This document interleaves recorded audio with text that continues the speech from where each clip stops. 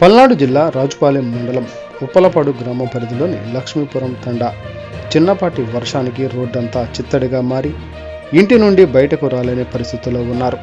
వర్షాకాలం కావడంతో ఒకవైపు దోమలు, విషసర్పాలు భయంతో బిక్కుబిక్కుమంటున్నారు. ప్రభుత్వాలు మారుతున్నా, పాలకులు మారుతున్నా ఏ ఒక్కరూ కూడా ఇటువైపు కన్నెత్తి చూడడం లేదు. అసలే అటవీ ప్రాంతం, ఒకవైపు వర్షం, మరోవైపు అడుగేసి అడుగు తీయలేని రోడ్లు, ఇంకోవైపు కరెంటు కోతలు. ఏం చేయాలో అర్థం కాని దిక్కు తోచని స్థితిలో తమ గోడు ఎవరికి వినిపించాలో తెలియని అయోమయంలో ప్రజలు ఉన్నారు. గత ప్రభుత్వంలో మినిస్టర్గా ఉన్న స్థానిక ఎమ్మెల్యే అంబటి రాంబాబు గారు రోడ్డు వేస్తానని హామీ ఇచ్చినప్పటికీ అది ఆచరణకు నోచుకోలేదు.